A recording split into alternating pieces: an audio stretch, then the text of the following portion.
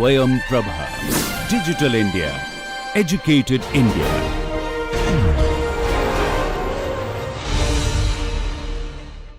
So we were in that weight volume relationship. Last time, if I remember, we have done the gamma. Yeah.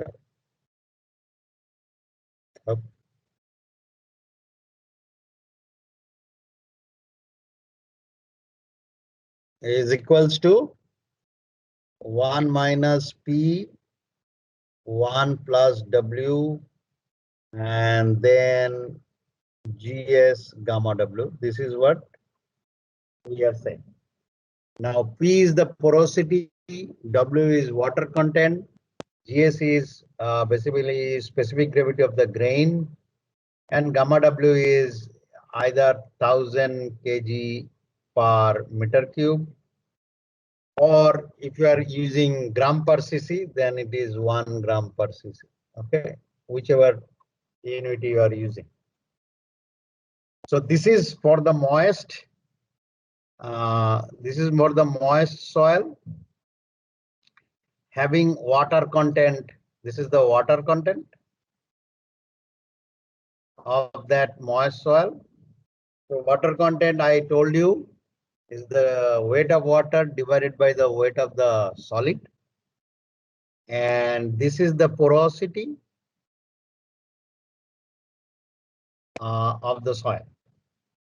Okay. So first thing, how the problem comes. Okay, this is a very fundamental equation relating the density of the moist soil with porosity, water content, and grain density. This together will give me the grain density basically. Now you write a problem, or let me give you the data so that you have to just plug in into this formula. That's it. So, but the problem will come like this. Let's say a field sample. You have collected a sample from the field, and these days this is a rainy season, so the soil is also moist. So now you take a piece of soil and you measure the water content. So the water content of the soil, a sample of soil is 20%. So this is the moisture content or the water content. Okay, and its volume of the soil is 75 centimeter cube. So you could measure the volume and you could measure the water content. Okay, so water content is 20% and volume is 75 centimeter cube. And its weight also I can measure. Somebody have to mute your yeah, and weight is 150 gram. So I could measure these three. Okay. Now it has given if the grain density is 2.6 or grain specific gravity is 2.6. First, you estimate. You have to find out estimate number one, dry density. If this soil sample is dry, what will be its density? Okay. And number two, basically number one should have been porosity. Number two is porosity. Basically, first one should be porosity. You got it. This is one and this is two. Can you calculate very quickly? Everything is given here.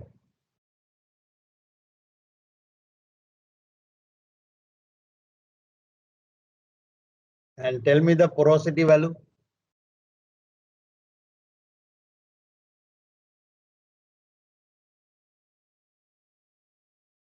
You have to just apply that equation.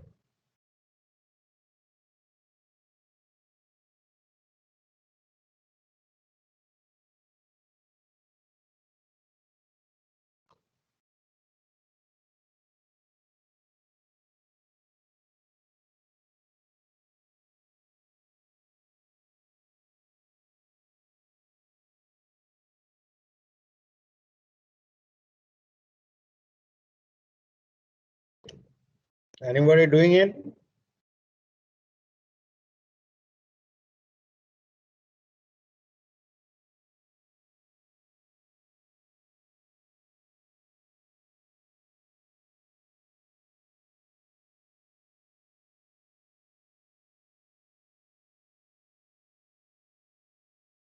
Okay, this is what will give you the P. This is gram per cc you take. So this is also I'm taking 1 gram per cc multiplied by 1. This gamma W. So this will give you P. And once you get P, how you are going to calculate the dry unit weight?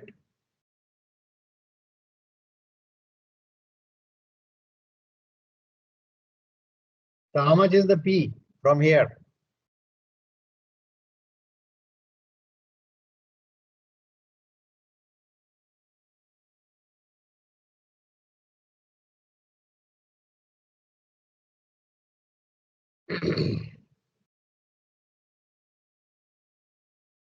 Anybody can calculate?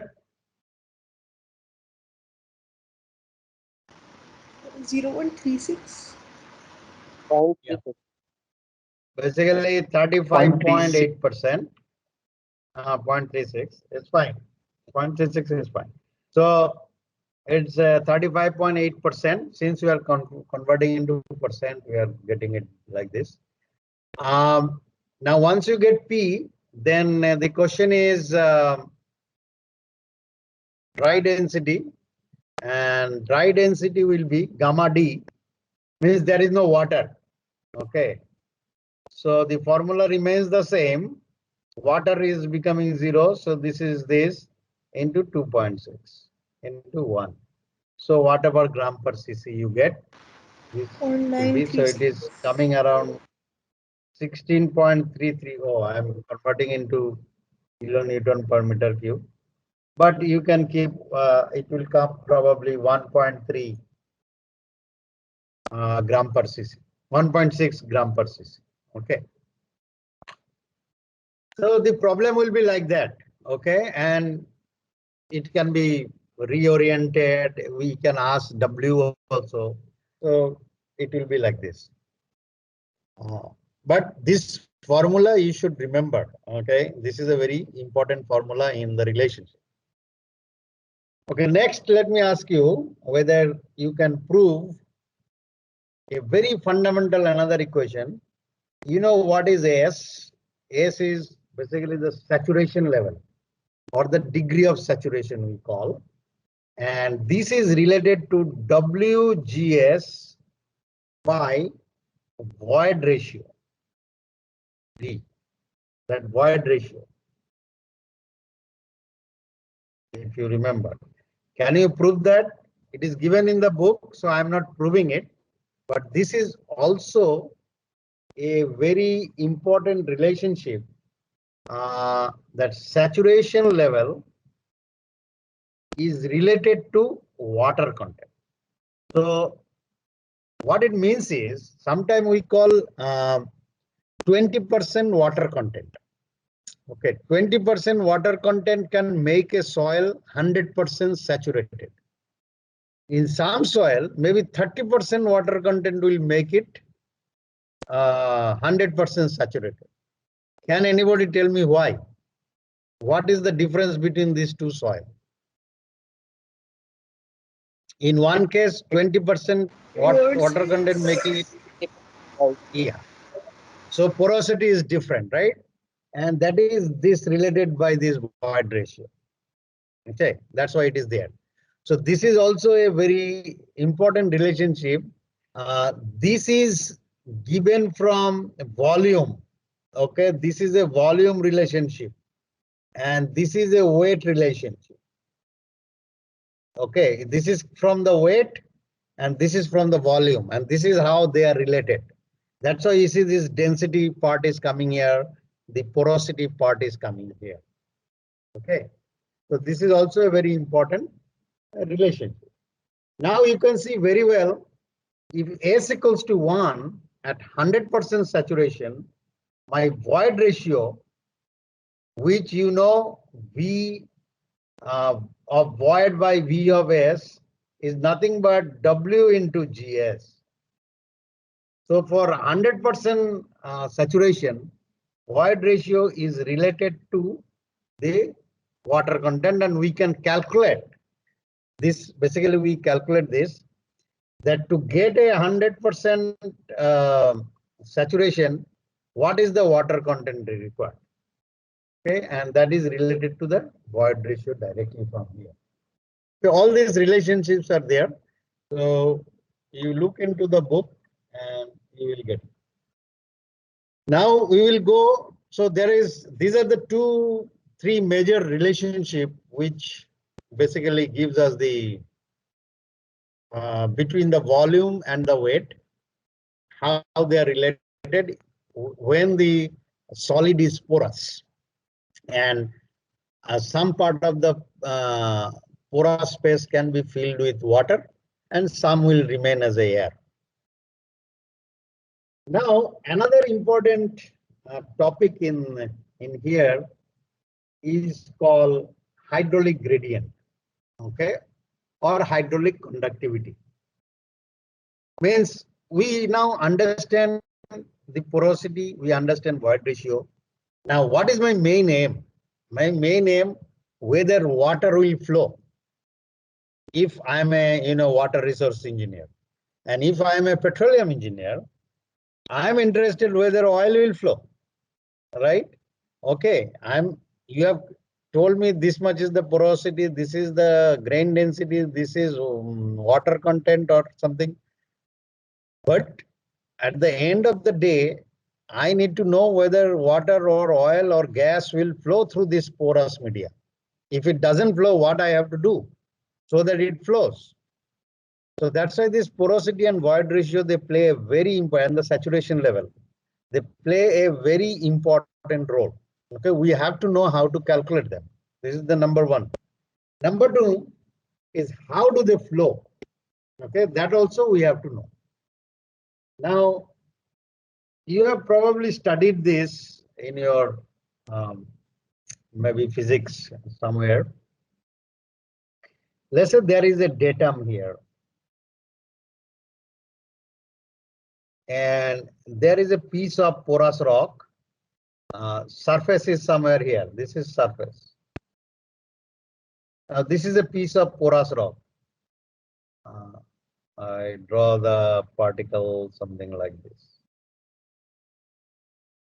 Okay. So this particle. Now there is a point here. This point, let's say I am calling it A point, and there is a point here, I'm calling it B point. Now there are some grain also around there. So what I can tell you, this is the height, this is the datum. From some datum I am measuring it. And this is, let's say, HA. And this is, let's say, HB. Now, do you think water will flow? This here is the water. This place are all water filled. The pore spaces are filled with water. Now, do you think water will flow? No. Will it flow? I think so, no, because they are not interconnected voids, so how water will flow. Okay. Okay, if it is a pipeline, will it flow? Just a pipe, inclined pipe. Yes, sir, it should flow. It should flow. Why? So because there is this slope, like there is this difference due to which the water will flow. Pressure difference. What is the difference? What is the Pressure difference? Pressure difference, correct. So there is a pressure, and this pressure, why do you think it will flow in this direction? Why the pressure is high here at point A? Due to height, HA is more than HB. Okay. So this is we call the static head, okay, or yeah, you can say the static head from a datum. So there is a head difference, just like our water tank, right?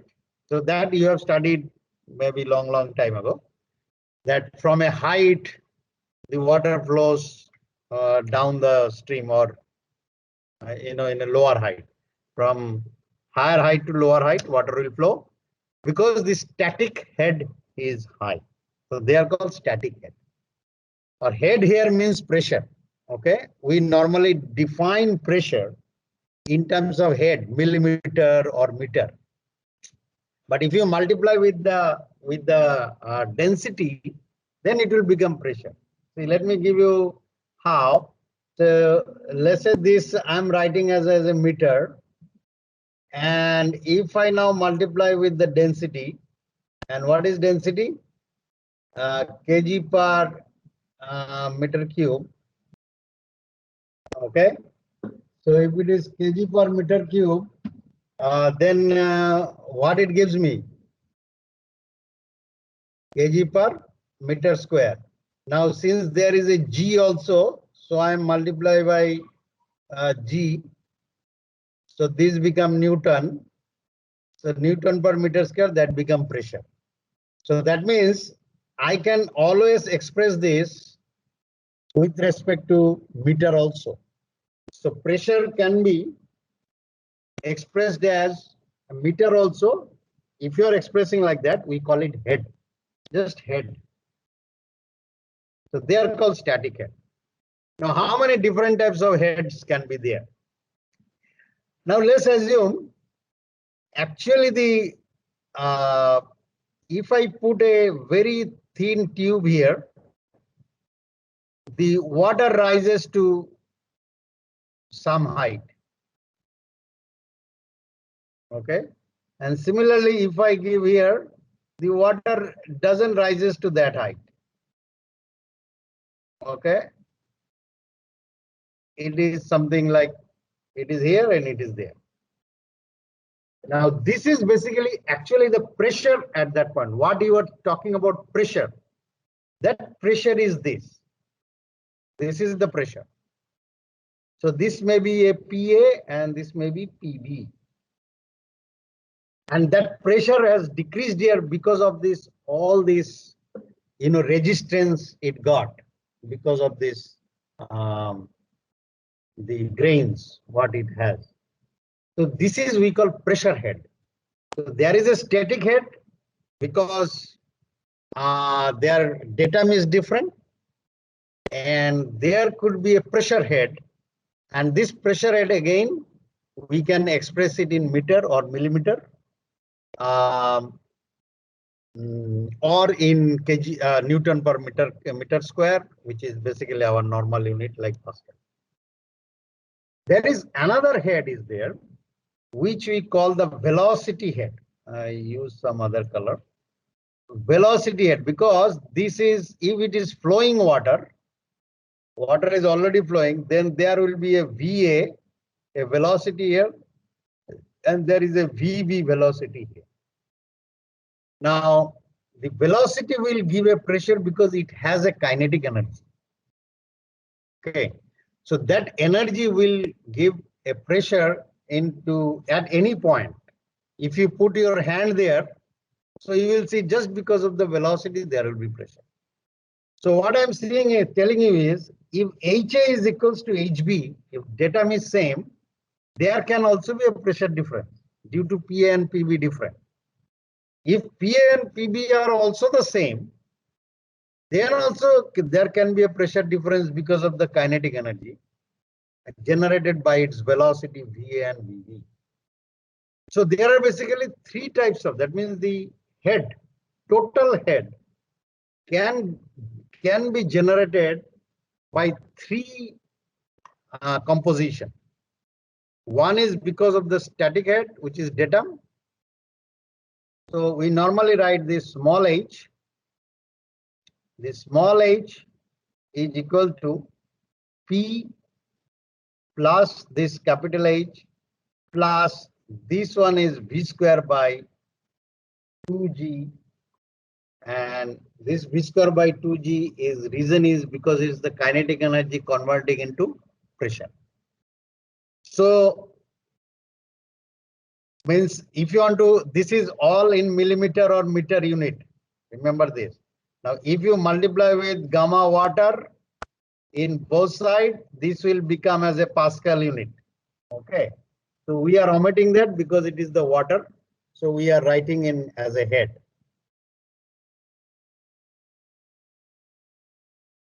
Okay. Do not get confused here. They keep how the pressure unit has written in millimeter. Now for HA is this, so this will all will become HA. For HB will be PB plus HB plus VB square by 2B. Sir, nothing is visible, sir. Actually, whatever you are writing after this one. Oh, Yeah, now it? it's fine, sir. Oh, okay. So this is HA and HB. We can write this is the total pressure head. Okay, combining both. One is pressure, one is static head, another is due to velocity. All right. Now the water will flow, or it will tend to flow if HA is greater than HB, definitely. Okay. Otherwise, it will not flow. So we then define a parameter. It's called Z. And let me take it little up because I think because of that you are not able to see. The Z, this we call hydraulic gradient. This is basically HA minus HB divided by length A minus length B. That means, what is that length? Let me tell you. Let's say from some axis here, we are measuring the length. This is LA and this is LB. Okay. From some axis, we are measuring this LA and LB. So what do you think the value will Z be? Is it negative or positive?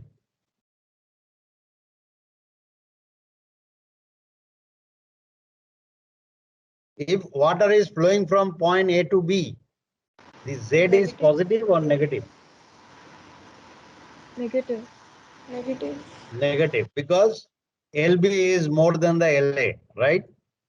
So the denominator is negative there. Now, there is this is called hydraulic gradient. Okay, this is called hydraulic gradient. Okay. And this is the parameter which will tell us whether it will flow or not. Okay, how much is that gradient? So always remember that we had to have a gradient. Like somebody said, there is a slope. Slope is nothing but a gradient. Now, I think she said it just the gradient looking at the geometry, but it is basically finally you will know it is the derivative of pressure with respect to distance. That is the gradient we are talking about. So this is the difference from HA minus HB by LA minus LB, which value is basically negative in this sense. And this will tell us whether water will flow or not. And you believe it or not, this was told to us in 1856, not today, by a person called Darcy.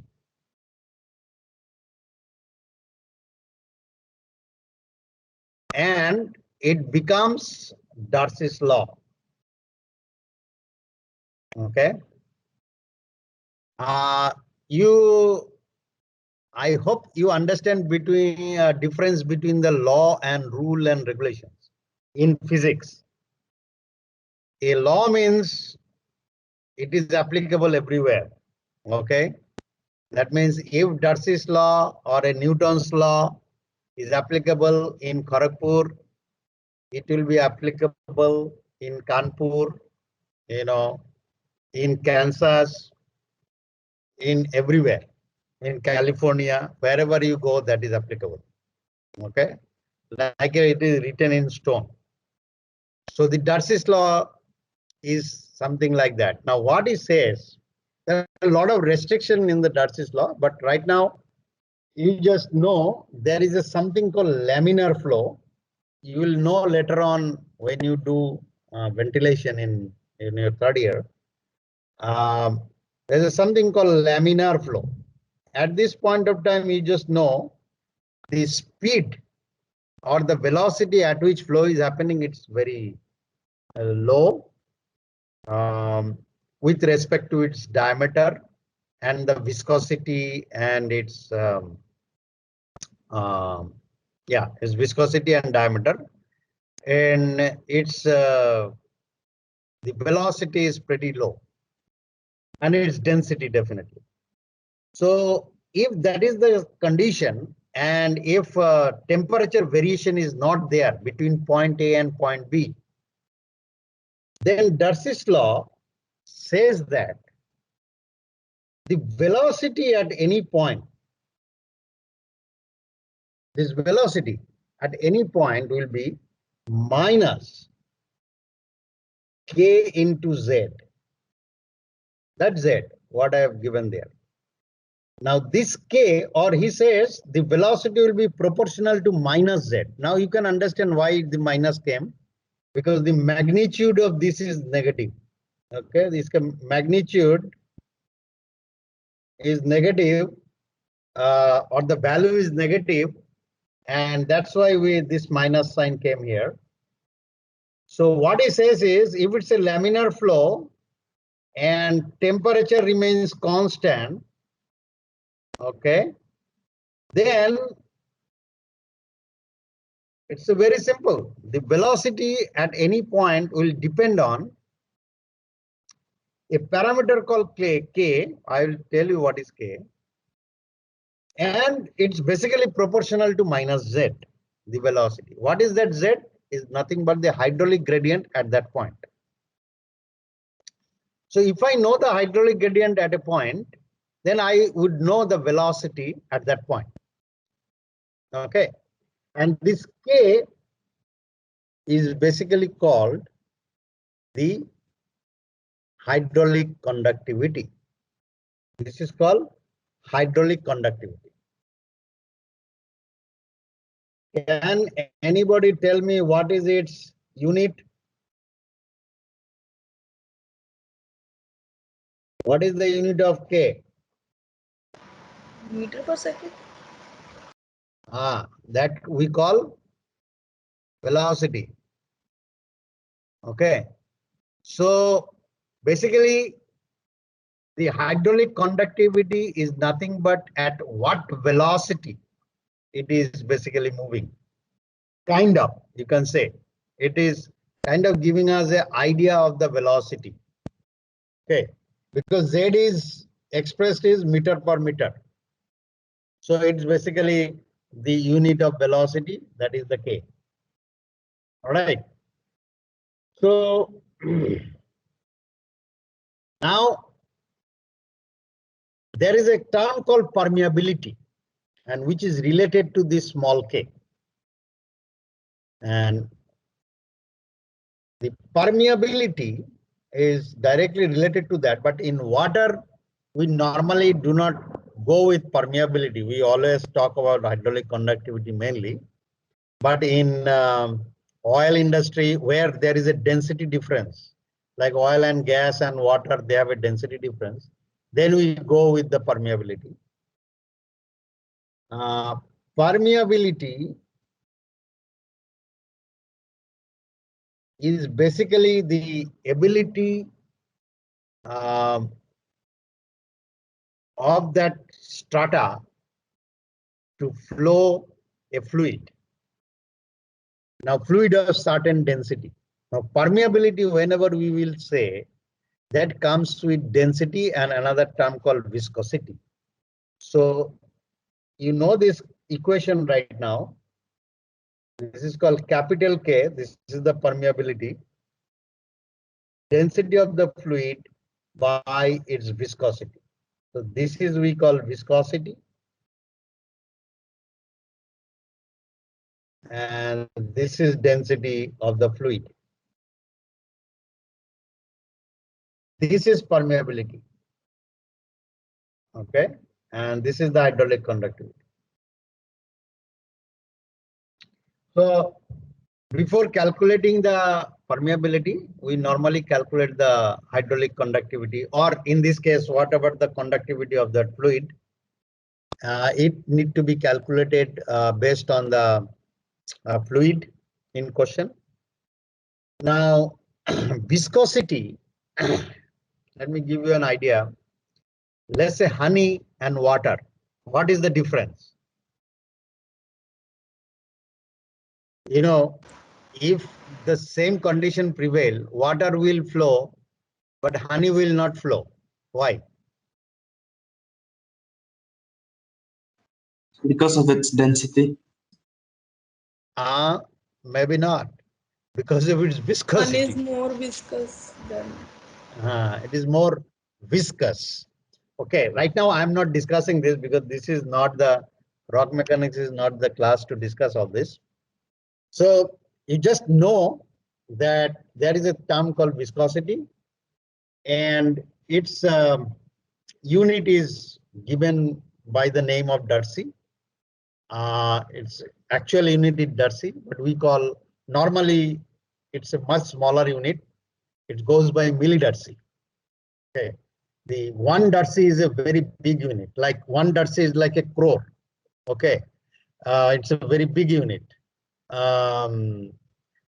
So we go with millidarcy. Okay, normally the rock normally goes with that. The permeability is given with the Darcy, and viscosity is given with something called Poise. This is also another scientist. So this is the Poise. So that is also going by the centipoise, and permeability is with the Darcy or millidarcy.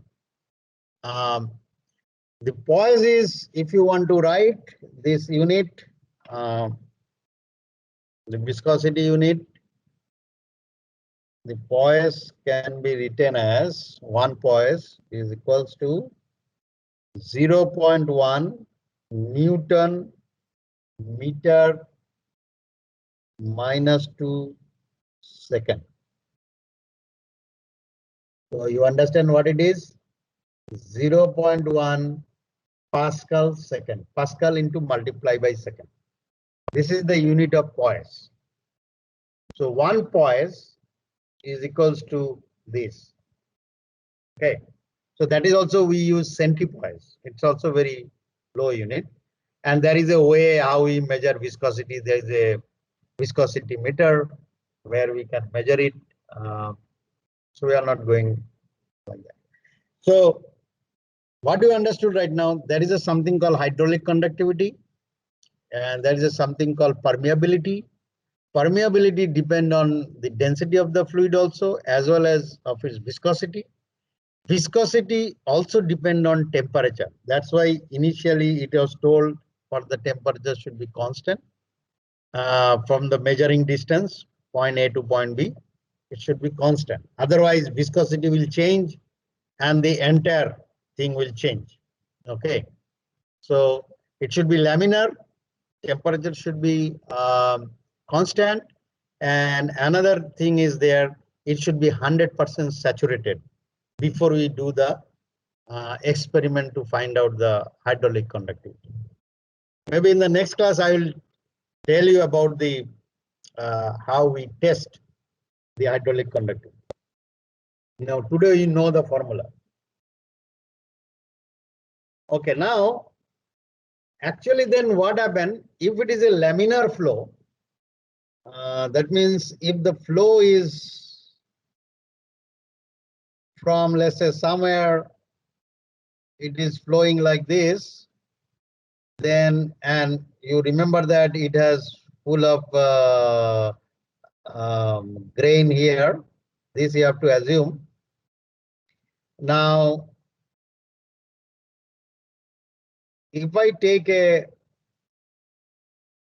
delta element dx, and this is the x direction, and flow is also happening in this direction, then we can write the quantity q which is flowing, the quantity q which is coming like this way and going like this way. This quantity q is nothing but minus Ka dH by dx. This is in differential form.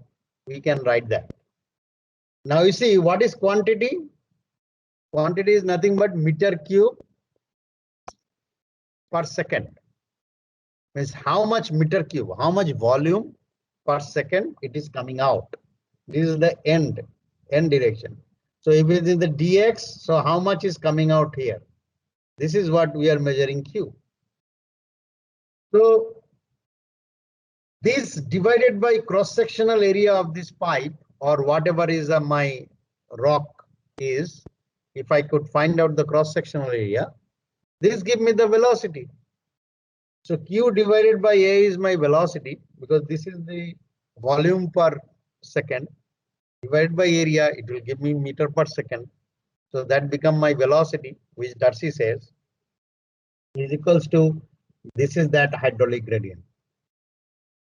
Okay. So this is basically in the differential form. We can write Q equals to minus Ka dH by dx. Now,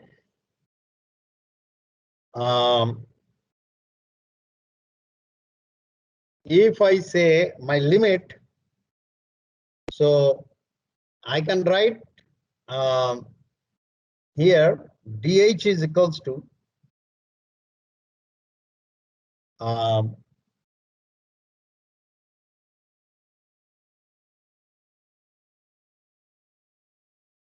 I'm integrating together. Sorry, this is dx. Okay. Now, what is my limit? It is basically when it is going to LA, this is HA. When it is going to LB, this will be HB. Now, if I do that, what I get? I will get an equation. I'm writing it here. I get the equation K is equals to Q by A LA minus LB divided by, sorry, I'm writing it in the positive sense. So LB minus LA divided by HA minus HB. So if the water is flowing from point A to point B, then what we can say is the hydraulic conductivity K is the amount of water coming out. Remember that it is the coming out at the end. It is water coming out per second divided by the cross-sectional area by which it is coming out. Then whatever the LB minus LA is you are measuring from certain axis point or some origin.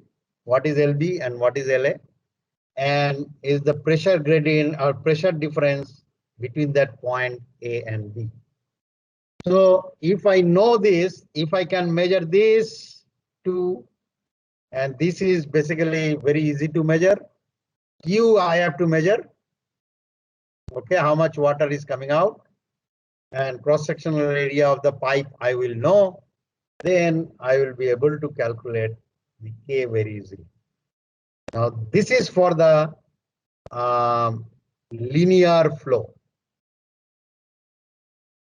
The flow is linear. So when the flow is linear, that means in one directional, we can very well calculate the hydraulic conductivity. Okay. Now what happened? Let's say in the petroleum industry, this doesn't flow like that. Okay.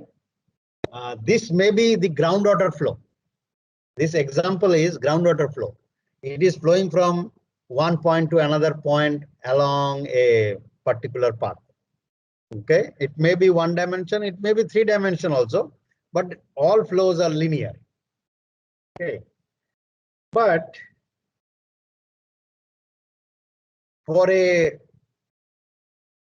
petroleum well, let's say there is we have dug a well, and I'm just, for the sake of it, I'm showing you, this is, let's say, cylindrical rock, or I'm considering it is cylindrical. Then if I draw this here, this is the, I'm seeing from the top view. Now, this is my well, and this is my boundary of the rock, the outside circle. So there will be a radius, which is, let's say, I'm calling it RA, and this well radius is RB. Now here to here is RA. Now what is happening is, if I now generate a low pressure here, because I have made a hole, okay, so it become low pressure, and this is basically high pressure. So the oil will flow from all direction to here. So this is not a single direction flow. This is what we call a radial flow. We call it a radial flow because it is coming from all the directions. Okay. So this is called radial flow. Now, under that radial flow, does this formula same? Absolutely not, because our geometry has completely changed and the flow direction has changed. So now, what could be the Darcy's law? Can we apply the Darcy's law? The answer is yes. Now, what we normally do, I now concentrate on this figure. Let's assume now I take a very thin dr distance, and this is what I'm looking for, a thin strip dr. Now what I can say is, if the Q is coming from this side to this side, then this Q I can write same way, the K, some cross-sectional area, into dH by dr. So now this is the differential between the head and its radial distance r. Now you can see this will no longer be negative, because when RA is high, this HA is high. When RB is low, when small, and the pressure is also small. So it is flowing from now A to B, where RA is much higher value, okay, than RB. So that negative sign is not required. Remember that. Okay, this is the difference. And this become dH by dr.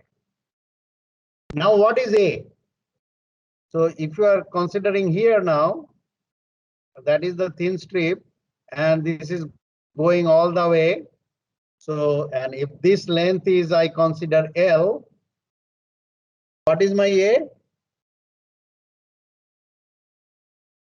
2 pi R L. into dH by dA.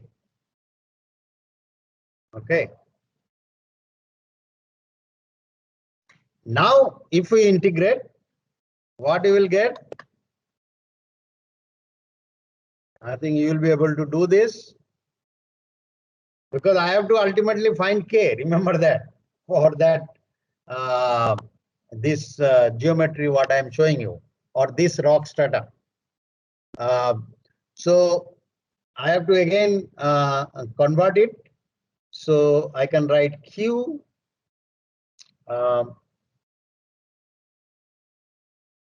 Sorry, this is not dA. This is dr. So I will write Q dr by r. I just get it here and rest everything I keep there. 2 pi kl dh if I integrate. Now here it will be if Ra, then this will be Ha, and if this is Rb, this will be HB. Okay. Now you can integrate and the final K what you will get is little different than that one because there will be a log you are seeing here. So the K will become now Q by 2 pi L ln Ra by Rb by Ha minus Hb. Okay. So this is becoming for the radial flow.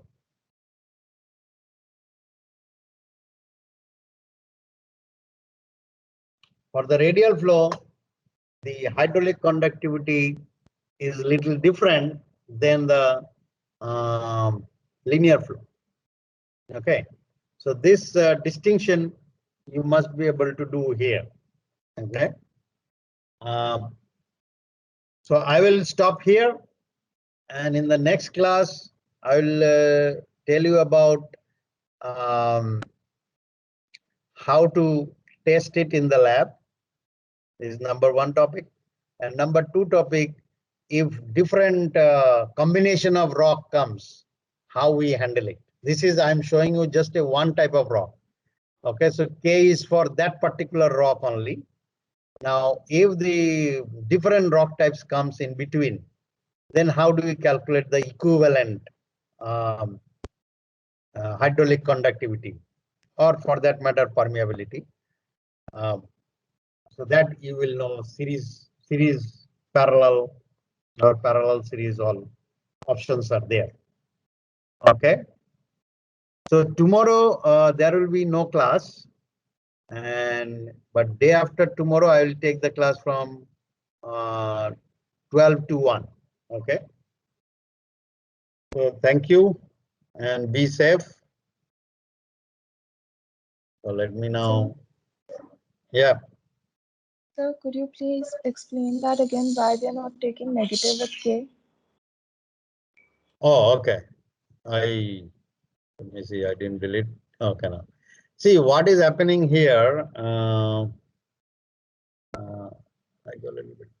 See here, HA is driving that flow, right? Because the pressure is high here. That's why when you make a hole, you're making a hole, meaning what? Meaning you're creating a low pressure zone. It is becoming like atmospheric pressure. See, the rock is under pressure, right? So our fluid inside that rock is also under pressure. So they have certain positive pressure. Now I made a well, let's say a water well also. So the moment you dug a water well, and if you heat a water bearing strata, you will see suddenly that well is filled with water. Why? Because that water was under pressure, and that is the HA. This is the high pressure, and you have created a low pressure, which is HB. Now here RA is the distance more than RB. So this is dH by dr is already positive. Do you understand? Yes, sir. This is already positive because this is HA minus HB, which is positive, and here RA minus RB, which is also positive. So this is already positive. That's why I do not have to multiply with negative term. But in a linear flow, LA minus LB, LB was bigger. So LA minus LB was negative. And that's why I have to multiply with minus to make it positive. Okay. So here the DHDR is already a positive quantity. That's why I do not multiply with minus sign. Okay.